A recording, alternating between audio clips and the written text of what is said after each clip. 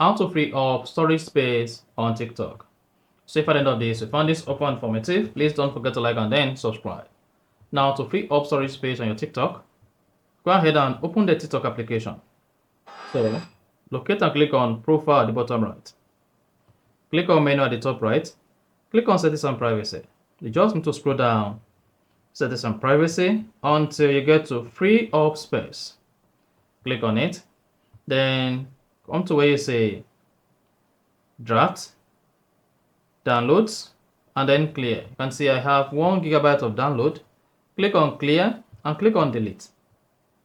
You can also come here and clear cache on your TikTok. So you just need to hang on for this to clear download. Then click on clear cache. Click on clear cache. Hang on as well. And after that, you are good. So that's exactly how to free up storage space on your TikTok account. If you found this helpful and informative, please don't forget to like and then subscribe.